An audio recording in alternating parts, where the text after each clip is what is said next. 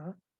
Lo que estamos viendo es cómo podemos entender en una muestra estadística, cómo podemos entender cómo se reproduce esto. Entonces, por ejemplo, esta, ¿no? Si se fijan, todo se concentra en la parte del medio. Aquí, déjame ver. Todo se concentra en la parte del medio. Es decir, la mayoría de la población está ahí metida. Otro tipo de selección natural es la menos, son estas, la disruptiva, es donde solamente las partes, o sea, la menos de la gente está en la selección natural, es decir, se van a los extremos. Y una direccional que también es poco frecuente, solamente donde hay una parte que se ve afectada. Entonces, para que me entiendan estas gráficas, ¿qué es lo que sería? Hay un cuento muy interesante que se llama El dinosaurio, de un escritor que se llama Ionesco, y es muy parecido a lo que pasa en la pandemia. Ay, aquí le apreté otra vez el botón. Que es muy parecido a lo que pasa en una pandemia. Entonces, aquí se fue de corridito, espérenme, ya, es que le apreté muchos botones. Entonces, ¿qué es lo que pasa en una pandemia? En una pandemia, al principio, si se fijan, la mayoría de la gente no usaba cubrebocas. Y a la gente que usaba cubrebocas incluso se le veía feo, ¿no? Ahora, obviamente, toda la gente usa cubrebocas y a la que no trae el cubrebocas se le ve feo. Entonces, este cuento del dinosaurio es esto, que un día en una población, una persona amanece con un cuerno de rinoceronte, ¿no? Y entonces esta persona, todo el mundo se comienza a reír de ella, ¿no? Se ríen de ella, pues ¿por qué? Pues porque tiene un cuerno y todo el resto de la población no. Entonces, obviamente, esto es esta gráfica, ¿no? Donde le pasa ahí. Después pasa el tiempo y va a suceder que vamos a tener que la mitad de la población tiene cuerno y la mitad de la población no tiene cuerno, es decir, ha quedado prácticamente a la mitad, ¿no? Entonces aquí están los extremos. Y el cuento termina cuando ya toda la población, ¿no? Tiene su cuerno, toda la población tiene cuerno, salvo uno, ¿no? Salvo uno que no tiene cuerno. Entonces, obviamente, la mayoría se va para acá, ¿no? Se va a esta medida de tendencia. Y entonces pasa con esto, ¿no? Entonces, la mayoría de la gente que se ha enfermado ahora, que ha tenido COVID o todo ese asunto, pues es hay mucha más gente, digamos que estamos en esta parte ahorita, ¿no? Donde hay gente que ha tenido mucho COVID y gente que no lo ha tenido. Y estamos aquí, pero la tendencia de la selección natural es esta. Digamos que esta es la que va a llegar al final del día, ¿no? En la etapa cuando ya el COVID sea historia, vamos a dar cuenta que la gráfica se va a cargar hasta acá, porque va a estar ya la gente vacunada, la que se sanó, la que se salvó, la que hizo anticuerpos, en fin, todo ello. Muy bien, ¿alguna duda con este tipo de selección natural? ¿Con esta gráfica? ¿No? Muy bien. Ahora, aquí vamos a entrar a un tema polémico, porque ustedes piensan que esto puede llevarse al campo de lo social. Por ejemplo, ¿qué pasa supongamos que llega una persona, ustedes son los dueños de una oficina, son los dueños de una empresa, y ustedes solicitan un asistente. Ajá, necesitan un asistente. Y, por ejemplo, piden un asistente y ponen un anuncio. Entonces llegan 4 asistentes. Entonces, 2 hombres, 2 mujeres. Entonces llega un hombre muy, muy guapo, muy atractivo, de un traje muy bien hecho y todo ese asunto, pero es bastante torpe. Y llega una mujer también extremadamente guapa, muy, muy atractiva y todo, pero no tiene estudios. Llega una chica, en este caso, que no es muy atractiva físicamente, un poco llenita y todo, pero tiene un doctorado en asistencia. Y luego llega otro hombre, ¿no? También bajito, chaparrito, bigotón, de lentes, medio calvo, y también tiene un postdoctorado incluso, ¿no? En esto y solamente necesitan escoger uno. ¿A quién creen ustedes que le dan el trabajo? ¿Quién piensan que por estadística ganaría el trabajo? ¿Tú a quién se lo darías, Mariana?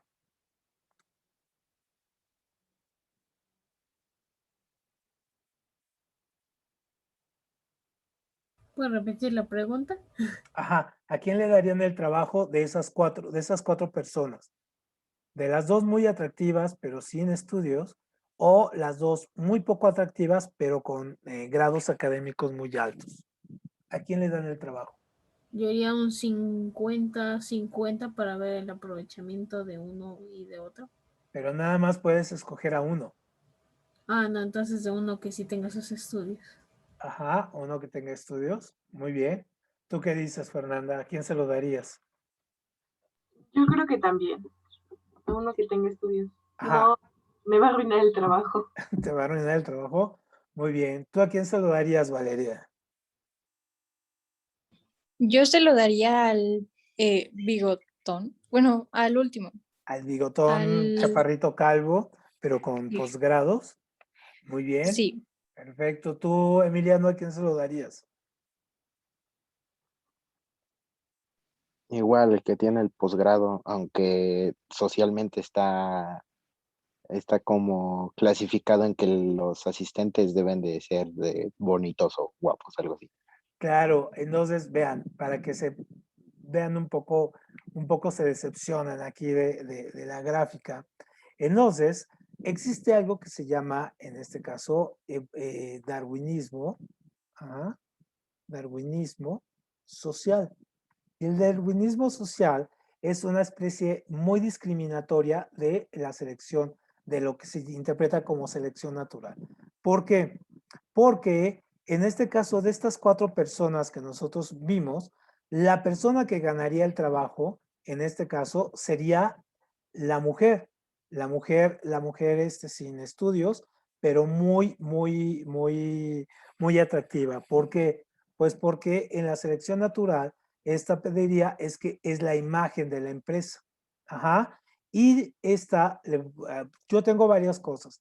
Socialmente es mujer y yo en este caso le podría pagar menos porque en las estadísticas, ¿no? Que vemos, las mujeres ganan muchísimo menos que los hombres. Es un problema social, es un problema de desigualdad, ¿no? Porque hombres y mujeres deben de ganar lo mismo, pero en este caso las mujeres haciendo el mismo trabajo de los hombres ganan menos. Entonces, un empresario, ¿no? La mente del empresario es esto. Si yo al que menos le pague, pero que me dé más beneficios, pues es esto. Porque a estos yo les tengo que pagar con respecto al grado que tienen, ¿no? De conocimientos. Entonces no les pago a ellos. Pero aparte, estos no me representarían ningún beneficio como representación social, es decir, ser el rostro atractivo, generarme simpatías, generarme clientes, que esta persona sí lo haría. Entonces, por ejemplo, ahora, cuando ustedes en un momento dado les toque hacer su currículum, ¿no? Su currículum vitae, en este caso, para ir a una empresa, una de las cosas que ahora se ponen es que pues no pongas fotografía, ¿no? Que se exige que no le pongan fotografía, pues para no promover este tipo de discriminación, ¿no? Y escoger a la persona por su capacidad, por sus grados, por su capacidad de trabajo, ¿no? Por su inteligencia emocional, más que por su aspecto físico. Entonces, obviamente, cuando vemos esto, es que nos vamos a este grado, digamos que aquí es donde decimos, no, es que los guapos son los que ganan todo. Pues sí, ¿no? En este caso, no, pues se lo llevan y es un poco discriminatorio. Prácticamente, si normalizáramos la estadística, pues todos quedaríamos aquí, ¿no? No importa si eres guapo o no, sino que tengas los estudios, el conocimiento, la inteligencia para hacer el trabajo. Entonces, muy bien, eso sería un poco la parte del darwinismo social y estamos muy metidos en eso.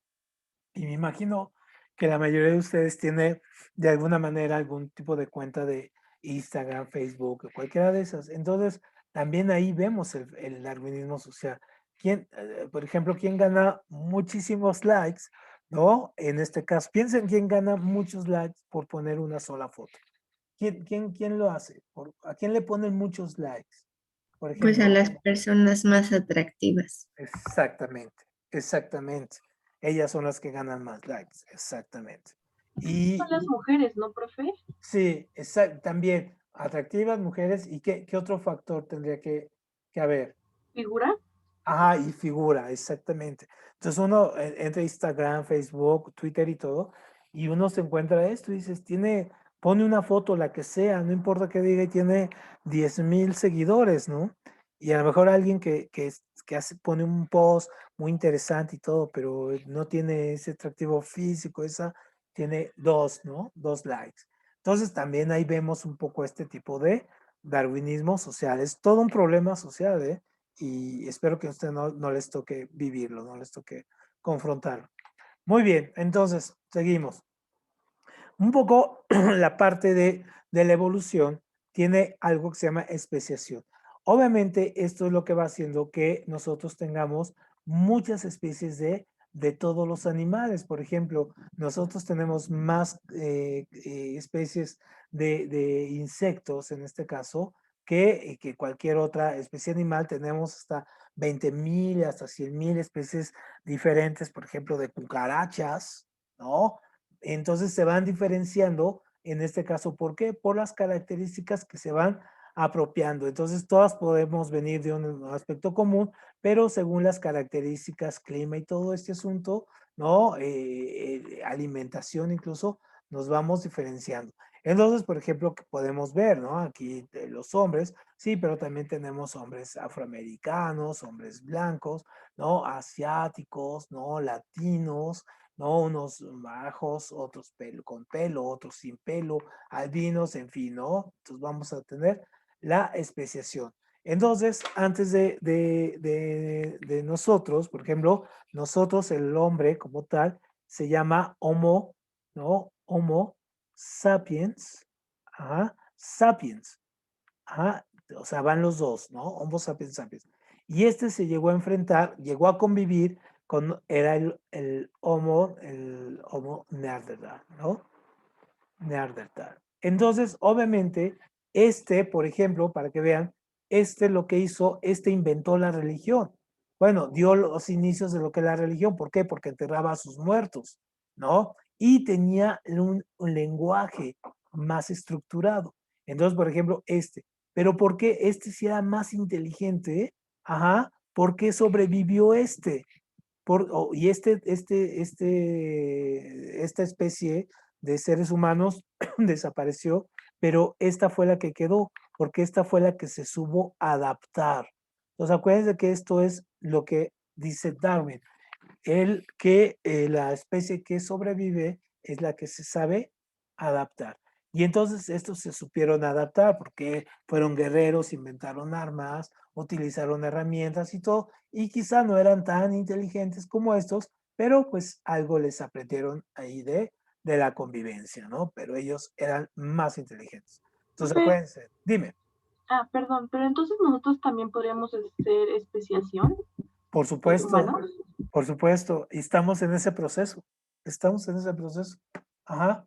Cada mutación genética va generando una nueva especie. Entonces, por ejemplo, hay, aquí lo voy a tratar con mucho cuidado para que no se malinterprete, pero por ejemplo, algún tipo de estado cromosómico como el síndrome de Down o el autismo son, en este caso, mutaciones genéticas. Entonces, de alguna manera, para poder entender cómo funciona, por ejemplo, una persona con síndrome de Down o una persona con autismo, se tiene que entender que es casi una especie diferente. ¿Por qué? Pues porque tiene características cromosómicas totalmente diferentes. Algo que hay que entender es que el síndrome de Down, ni el autismo y algunos otros estados no son enfermedades. Ojo, síndrome de Down, autismo no es enfermedad, es un estado. Por eso se llama síndrome, porque un síndrome es un conjunto, en este caso, de procesos, en este caso metabólicos y celulares y en este caso cromosómicos que se juntan. O sea, son varias cosas. Entonces, por ejemplo, los chicos con Down o la gente con Down prácticamente se considera como una nueva especie, ¿no? Por ejemplo, porque van evolucionando de esa forma. Por ejemplo, los chicos con autismo, el número va creciendo cada año. En Estados Unidos, de cada 55 nacimientos, uno es autista. De los síndrome de Down, uno de cada 700 se llama trisomía 21. Entonces, y eso va bajando, ¿no? O sea, ha ido bajando, antes era uno de cada 1500, ¿no? Así. Entonces, sí, estamos en pleno proceso de especiación. Todo eso. Entonces, en el futuro, profe, va a haber igual más personas con síndrome de Down y así, con Podría diferentes complejidades. ser que salgan incluso nuevas. Hay muchos síndromes y puede ser que en un futuro sean un tipo si no la mayoría, si una especie, no van a ser la mayoría porque es demasiado la diferencia entre el número de nacimientos o sea, 700 entre uno es mucho, ¿no? Todavía 53 entre uno es mucho, pero sí van a constituir una comunidad grande. Digamos, en unos 200, 300 años, sí va a constituir una comunidad bastante grande. Y así como vemos aquí estos insectos verdes y estos insectos pardos, pues de alguna manera sí vamos para allá, ¿no?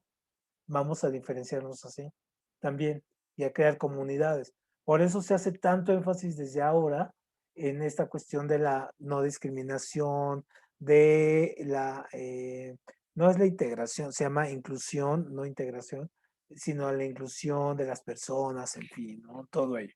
Pero sí, y hay muchos síndromes, ¿eh? Muchos. Hay uno muy curioso, muy chistoso.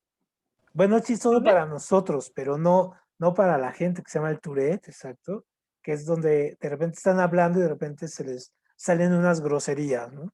Y digamos, se les puede hacer un poco chistoso a nosotros, pero a la gente que lo sufre, pues sí lo padece, ¿no? Muy bien. Muy bien. ¿Alguna duda más aquí en especiación? No. ¿No? Perfecto. Entonces, otra de las cosas aquí, lo que decimos, la adaptación. Ahora, ¿alguien me puede decir de qué color, así, nada más así por decirlo, de qué color es la piel de los osos polares? Si no me recuerdo, negra.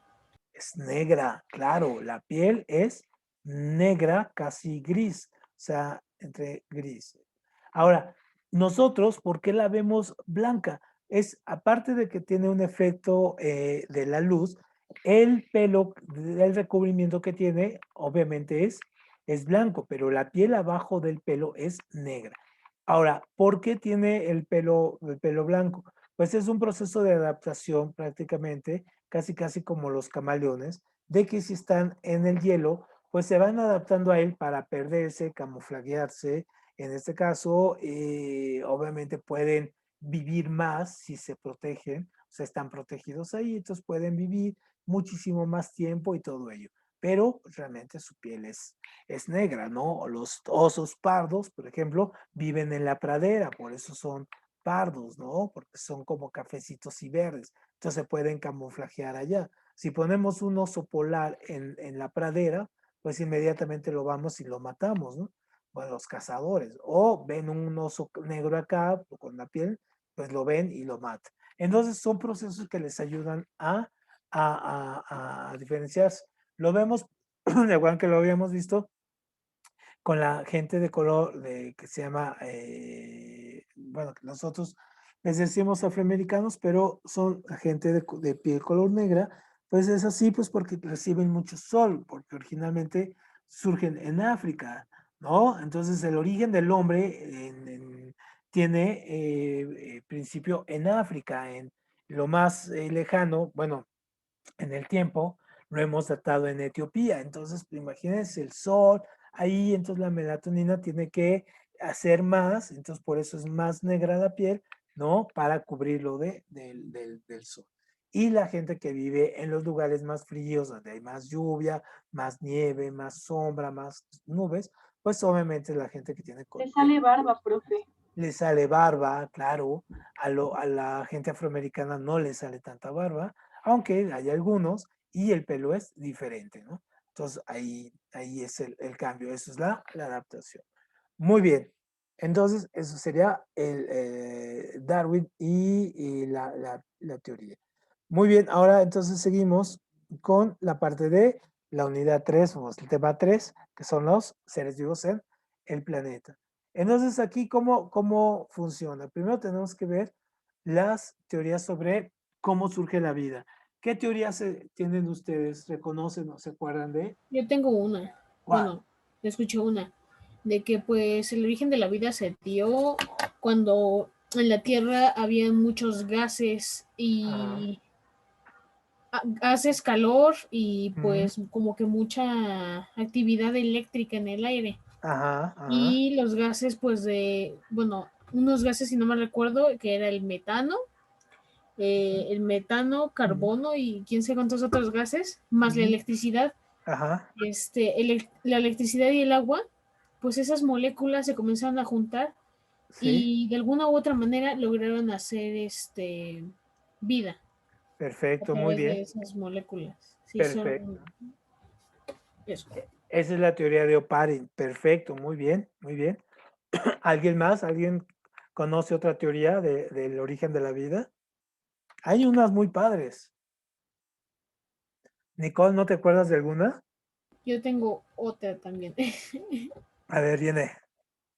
Pues de que así como pasó en la Tierra, en algún planeta en el que había vida, Ujú, pues cayó un meteorito muy grande, el cual pues como en nuestro planeta cuando cayó el meteorito de los dinosaurios, ujú, muchos fragmentos fueron lanzados al espacio. ujú, Y en ujú. alguno de los fragmentos que contenía cristales de agua que vino de algún planeta con vida donde cayó el meteorito, pues cayó a la Tierra y de alguna u otra manera pues esos microbios del otro planeta pues lograron sobrevivir y adaptarse aquí.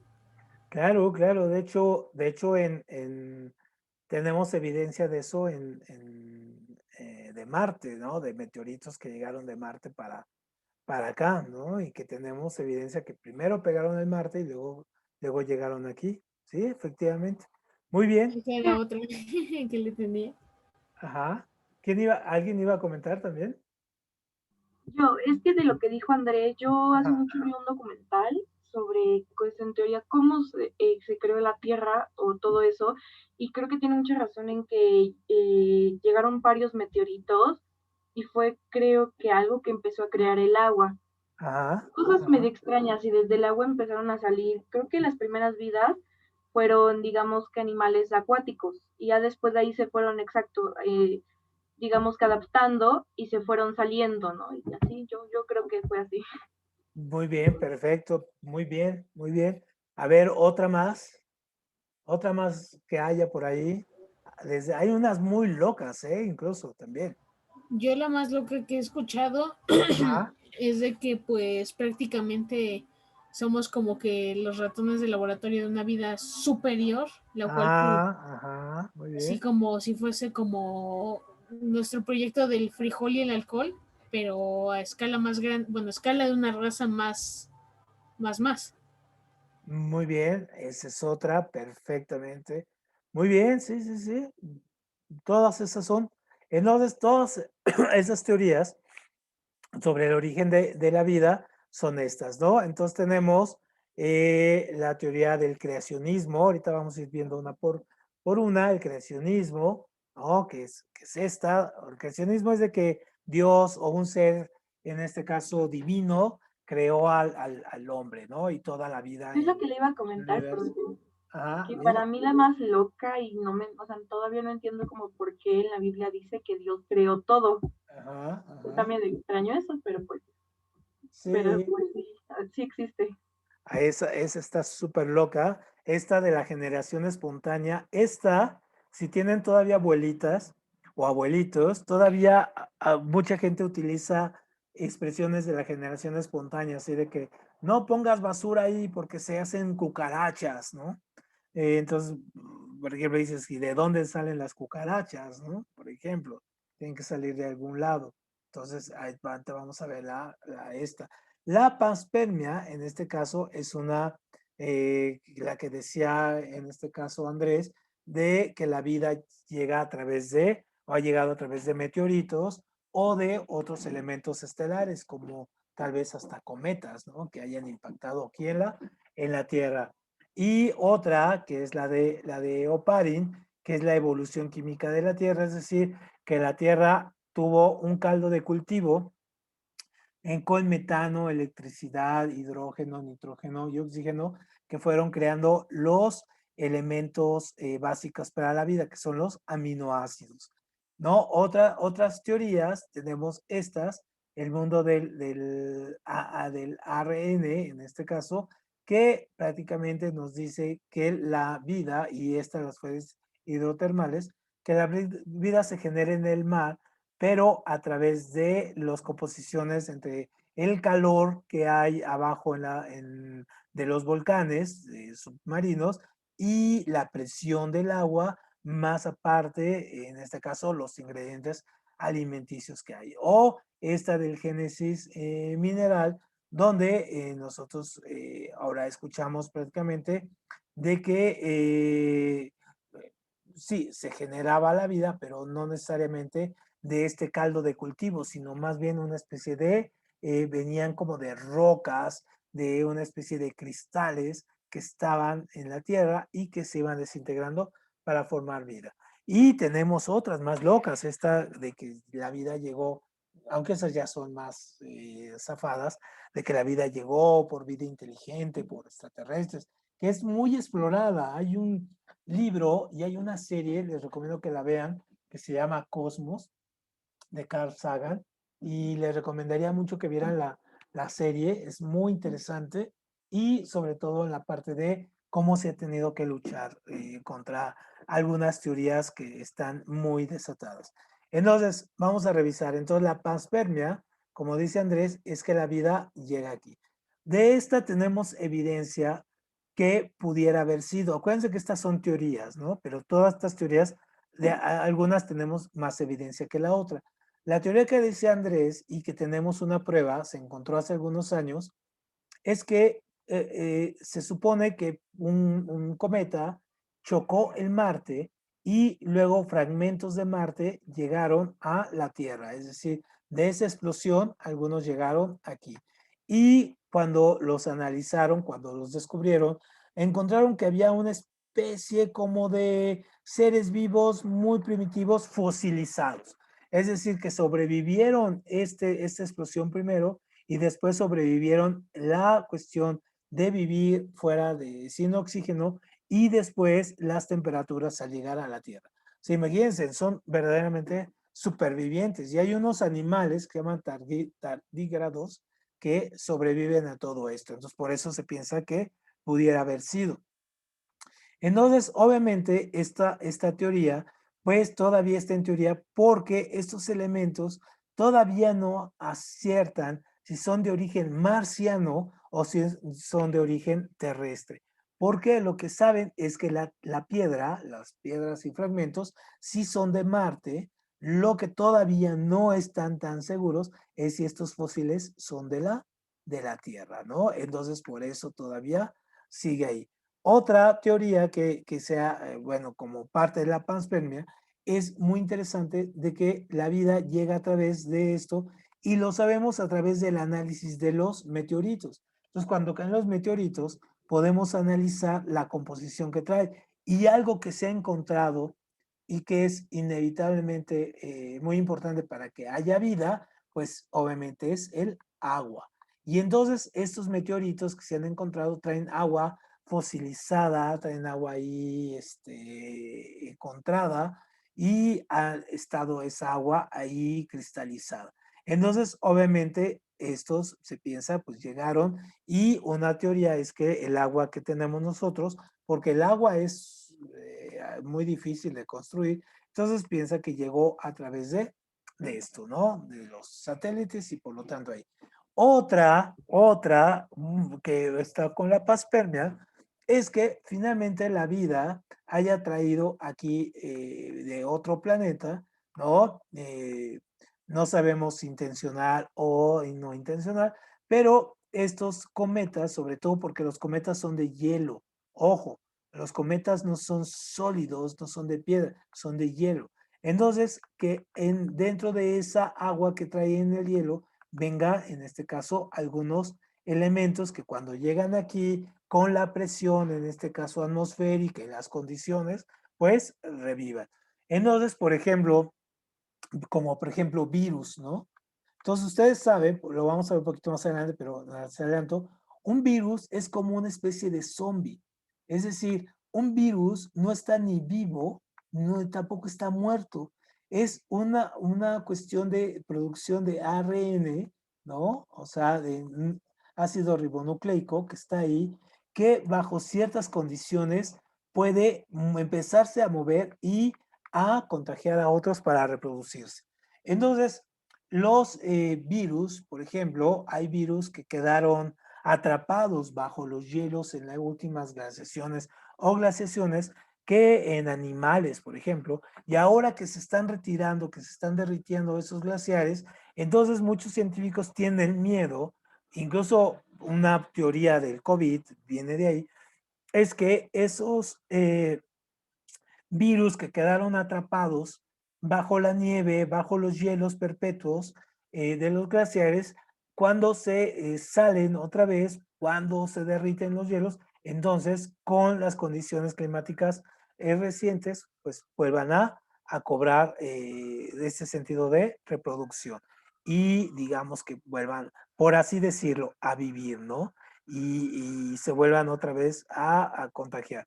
Entonces, esa es una teoría que tampoco está tan fuera de lugar y de hecho hay varias investigaciones con eso al respecto, ¿no? Entonces, por eso esta teoría es muy aceptada. Muy bien. Otra teoría, esta teoría, por ejemplo, ya está en desuso, ya sabemos que no es, pero ¿quién fue el que la puso en evidencia? Fue Pasteur, ¿no? Pasteur. Entonces, a Pasteur no nada más le debemos la vacuna de la rabia, sino también este proceso de la pasteurización. Es decir, nosotros no podríamos tomar la leche que tomamos si no fuera por Pasteur o las cosas que tomamos. ¿Por qué? Porque nosotros en este caso hacemos este experimento. Por ejemplo, tiene aquí pone un recipiente abierto de carne, llegan las moscas y ponen sus huevecillos, ¿no? En este caso.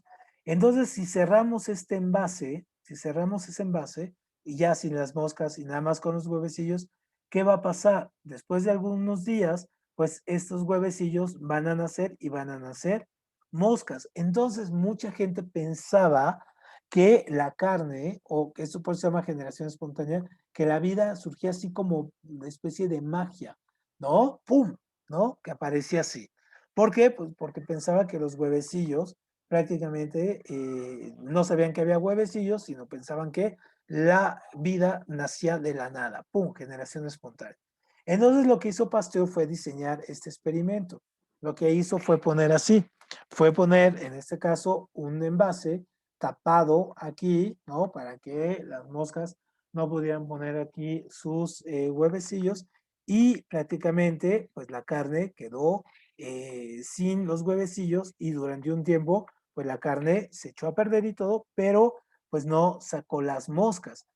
Y entonces, por ejemplo, todos los seres vivos tenemos larvas en el cuerpo, todos sin excepción, por más que desinfectemos y todo tenemos. ¿Por qué? Porque igual nosotros nos comimos este bistec, pero este bistec, ¿no? Viene de una vaca que a su vez comió pasto y este pasto tenía huevecillos, entonces se quedaron ahí y no los estamos comiendo y nos quedan acá y nosotros los tenemos ahí, ¿no? Entonces nosotros dentro del cuerpo tenemos y dentro de toda nuestra piel y de nuestro cuerpo tenemos más microorganismos vivos, ¿no? Que seres humanos en el planeta. O sea, somos como un pequeño planeta nosotros, ¿no? Con nuestra pequeña fauna ahí adentro, ¿no? Muy bien. Pero la leche, obviamente, pues la leche se tiene que hervir, ¿no? Muy fuerte, eso es pasteurizar, hervirla, para matar las bacterias y entonces nosotros podamos tomar la leche sí que nos meta bacterias aquí. Y hay unas carnes, por ejemplo, hay algunas carnes que están pasteurizadas, bueno, pasan por el proceso, sobre todo algunas que venden en supermercados o todo ese asunto, donde ya están muy procesadas y pasan ahí. Muy bien. ¿Alguno de ustedes alguna vez le ha salido algún gusano en su comida o algo así? A mí sí, en una fresa. Ah, sí. ¿Y qué hiciste? ¿La aventaste? Sí, la venta es que sí se veía bien feo. Sí, ¿no? Y se ve así todo horrible. Entonces, prácticamente lo que se hace es que esas fresas pues no estaban pasteurizadas, ¿no? Entonces, sí, aquí este experimento se hacía mucho, porque incluso esta cuestión de que antes, ¿no? Les digo, no sé, mi abuela decía, no dejen la ropa amontonada porque salen ratas. Entonces, no es que de la ropa surgieran las ratas, es que quedaba basura, alimentos y las ratas llegaban y se hacían ahí, ¿no? O cucarachas, es decir, llegaban por alimento que les atraía ahí. Muy bien, la otra teoría es la de Oparin, era la que nos decía en este caso ahorita Andrés. La teoría de Oparin es, él diseña un experimento donde quiere reproducir las condiciones de la atmósfera, ajá, de la atmósfera primitiva. Y entonces lo que hace es pone, este es su aparato, ¿no? En este caso, puso aquí, vean todo lo que había. H2O, o sea, agua, en este caso amoníaco, ¿no? Aquí, dióxido de carbono y carbono e hidrógeno. Todos esos elementos. Y se acuerdan que todos estos son energéticos. ¿Por qué? Porque tienen carbono. Y entonces esto es lo que se llaman aminoácidos. ¿Ah? Aminoácidos. Y entonces él les puso aquí, los puso a calentar y luego les pasó una chispa eléctrica, un poco reproduciendo las condiciones de la Tierra donde los rayos eléctricos estaba el mar, un mar de amoníaco, ¿no? Como es el mar, por ejemplo, hoy sabemos que así son las aguas que están en algunas lunas de Júpiter, no, por eso se fantasía tanto con esto, y reciben electricidad. Y entonces, esto pensaba Oparin que con el tiempo iban a generar, en este caso, ya los aminoácidos vivos, ¿no? Es decir, que aquí iban a salir y que así se generaba la vida. Entonces, bueno, él hizo el experimento y no pasó absolutamente nada, porque para generar vida, pues obviamente se necesitarían miles, cientos y miles de años, ¿no? Para que se den una idea, la Tierra se calcula que tiene entre 4 y 3,000, ¿no? Millones de años. Y de la vida se piensa que tiene 1,000 millones de años, ¿no? Para que nos demos una idea de lo que estamos hablando en tiempos. Entonces, este experimento y el resultado de estos aminoácidos que pasaron aquí, ¿no? Se conservaron en una caja. Entonces, esto tiene hace casi 60 años que se hizo esto. Entonces, hace poco, hace algunos 2 años, sacaron una pequeña muestra de lo que había pasado con este jugo que se hizo aquí hace 60 años y lo que descubrieron fue una cosa muy esperanzadora. Digamos que para los científicos fue muy esperanzador. Encontraron elementos ya muy cercanos a lo que se podría considerar microorganismos vivos, o sea, minúsculos, así más pequeños todavía que los seres unicelulares. Entonces, obviamente, esto dio mucha esperanza de que quizá en unos 400, 500 años de que esté ese cultivo ahí, pues tal vez se produzca una pequeña célula, ¿no? En todo ese tiempo. O sea, siempre tomando en cuenta los tiempos que tenemos. Entonces, bueno, estas serían las teorías más acertadas. Entonces, antes de pasar, porque estas son las tres, nada más quiero revisar aquí con ustedes esta. Esta del creacionismo también se llama, hay dos. Una que se llama creacionismo, donde un Dios crea a todos, por ejemplo, como decía Fernanda, por ejemplo, la Biblia, pero todas las culturas antiguas, el Vedas para los hindúes, el Corán para los islámicos, la Biblia para los católicos, el Génesis para los judíos, todas tienen como este factor común de que un Dios o una superioridad creó al hombre o lo creó, en este caso, a semejanza suya, ¿no? Y cuando nosotros leemos, o cuando éramos en algún momento, leíamos estos libros, por ejemplo, la Biblia, pensábamos, no, 7 días creó la vida y todo. Bueno, estaríamos hablando, es una interpretación prácticamente atemporal. No es que un día se siga a otro día, sino es un tipo de representación metafórica de los sucesos, ¿no? Entonces, el hombre lo deja hasta el final. Entonces, más bien es una forma de entender en la antigüedad cómo se creó la vida, porque imagínense, es un problema totalmente histórico, ¿no? Y filosófico, es decir, cómo se crea la vida. Entonces, obviamente sí ha sido un problema difícil, un problema complicado de poder reproducir o de entender estas teorías. Entonces, por eso se han quedado como, sí, como teorías, como estructuras, sí, pero no necesariamente como una cuestión de que así fue, ¿no? Entonces, eso es muy importante. Y hay una nueva teoría creacionista que, ojo, en Estados Unidos, ahora que estuve ahí en estos días, lo percibí así de viva voz, es lo que se llama el diseño inteligente. Ajá, el diseño inteligente.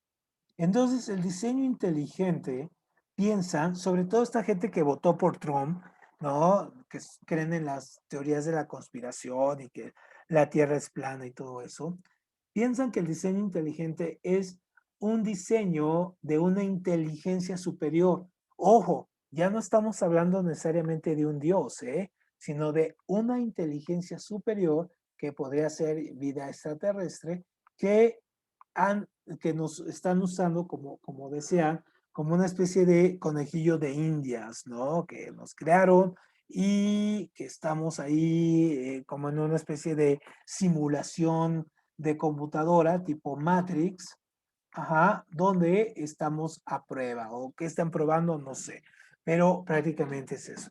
Y la gente cree en ello. O sea, uno diría, "Ah, ¿cómo?" No, pues sí, la gente cree en ello y es súper complicado tener diálogo con esta gente, ¿no? Más si tienen pistolas, ¿no? Porque creen que con sus pistolas le hacen todo. Muy bien, bueno, eso sería. Ahora sí, ya para terminar el tema es esta cuestión, la biodiversidad. ¿Qué es la biodiversidad? Pues la biodiversidad es la cantidad y la multiplicidad de especies, tanto de flora, en este caso, tanto de flora como de fauna, que existe en este caso en la superficie de la Tierra, en la atmósfera y en el interior. Entonces, tenemos que pensar que todos los seres vivos que conviven, bueno, pues cada uno tiene su hábitat, tiene su comunidad, tiene su propio ecosistema. Entonces vamos a ver cómo se da cada uno de esos. Y sobre todo pensando, ajá, que en muchos de estos va para atrás. No, nada más voy a hacer aquí una pequeña referencia para que la tengan aquí, permítame, déjenme borrar esto. ¿Alguna vez ustedes han ido a este lugar que se llama African Safari o alguno de ustedes ha tenido chance así de ir a algún lugar donde estén los animales así afuera? Yo sí he ido a uno. ¿A cuál fuiste? No recuerdo mucho, pero estaba en San Diego. Ah, el de San Diego. Permítame, ahorita les comparto de nuevo la presentación. ¿Y te gustó ese lugar? Porque son muy padres los zoológicos gringos. Estaba bonito y pues yo nunca había visto un zoológico en donde, en donde tuvieran a sus animales afuera. Sí, es que ahora el nuevo diseño de zoológicos es ya no tenerlos pues sí, ya no tenerlos en jaulas, sino tenerlos en esta especie de hábitats con vidrio, ¿no? Donde están los animales ahí con vidrio, conviven y todo ello, porque antes era horrible ir a los zoológicos y verlos, estaban ahí todos encerrados, ¿no? En jaulas y todo eso. Ahora no, ya están libres, ¿no? Pueden andar ahí. Entonces, aquí hay uno que se llama African Safari, donde uno puede ver ahí también los animales afuera, ¿no? Y es súper, súper padre, se suben a tu carro, o algunos los puedes tocar, por ejemplo, los leones, pues obvio no, ¿eh? Pero pues, hay algunos que sí los puedes tocar y todo ello. Entonces, estos están así. Entonces, hay que diferenciar algunos términos entre población, ajá, población, hábitat, ajá, y comunidad. Comunidad.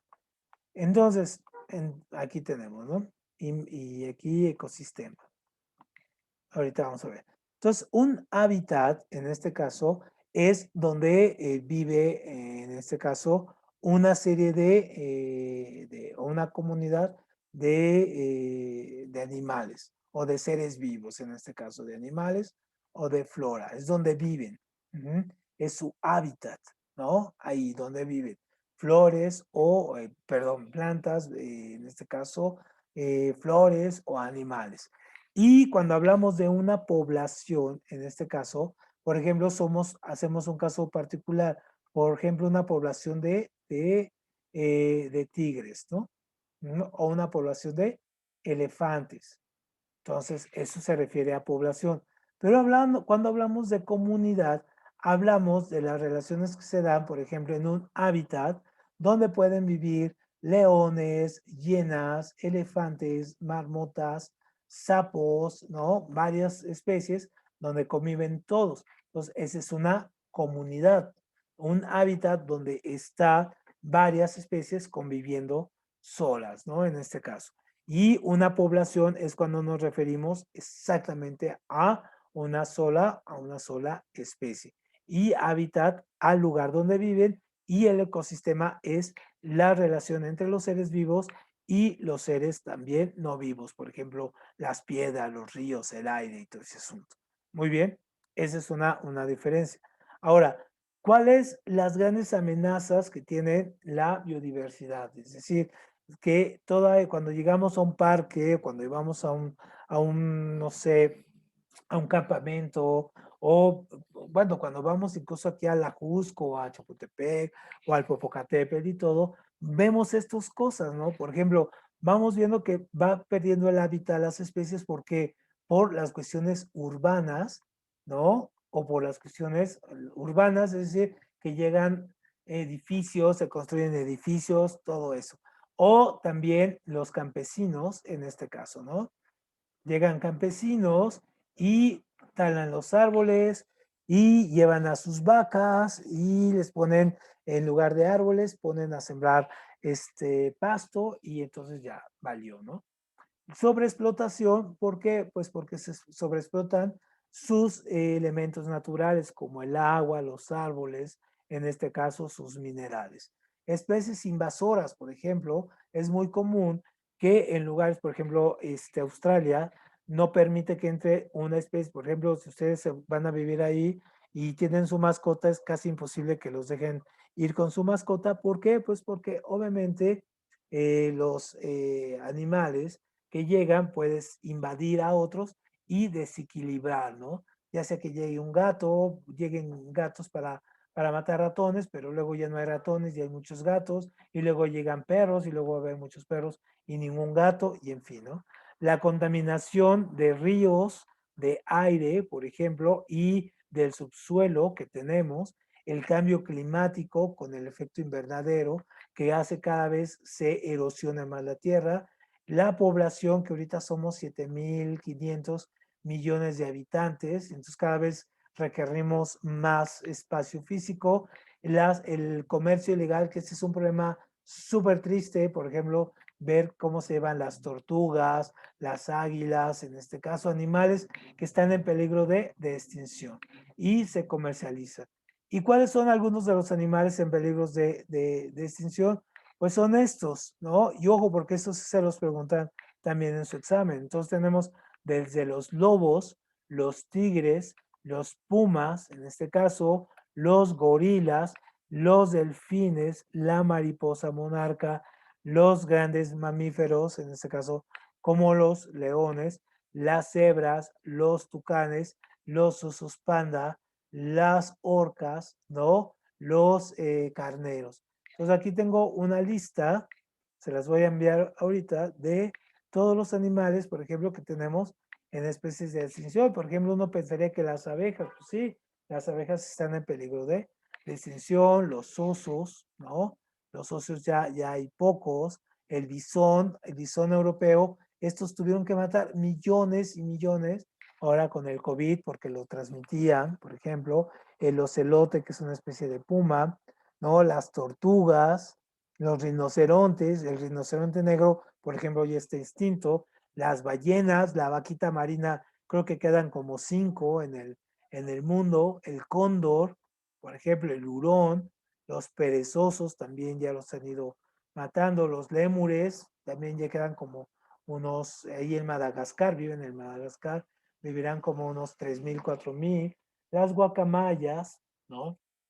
Entonces, si se fijan, hay muy pocos ya, los quetzales, esos animales que están ahí en Chiapas, entre Chiapas y Guatemala, son hermosos.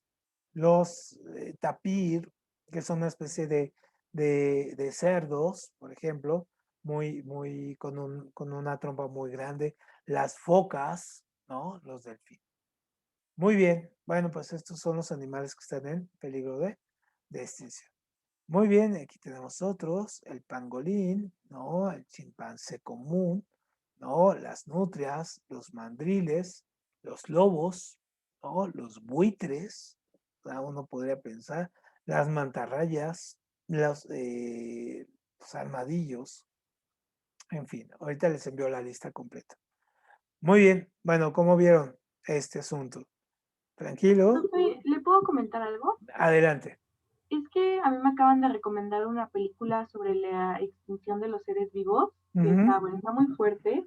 No sé si ya la vio, se llama Sea Piracy, la pesca insostenible. Ah, sí, sí. Ah, está muy fea, Es bastante terrible verla.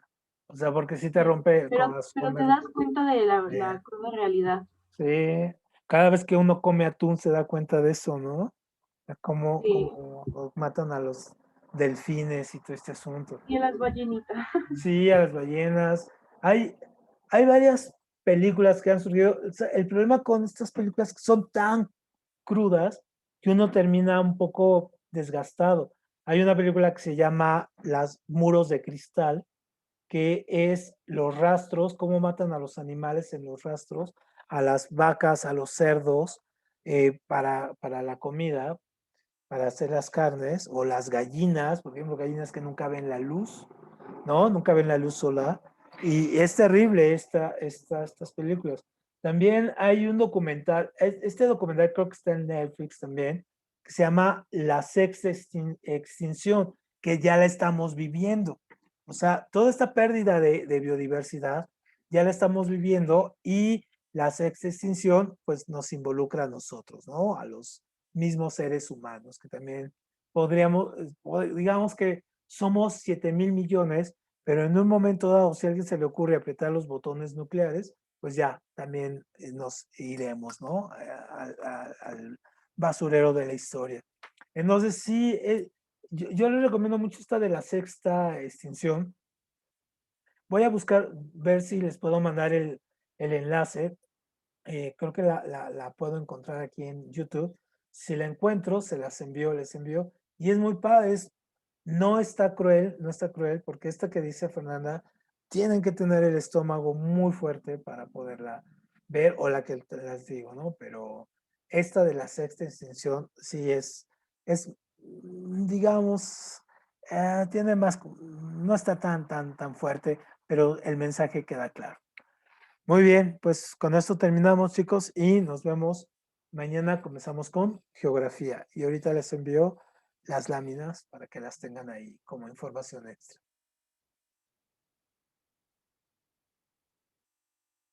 Ok, profe, gracias. Hasta No, luego. gracias a ti. Nos vemos mañana. Adiós, maestro. Bye bye. Hasta luego, bonita tarde. Igual para ti.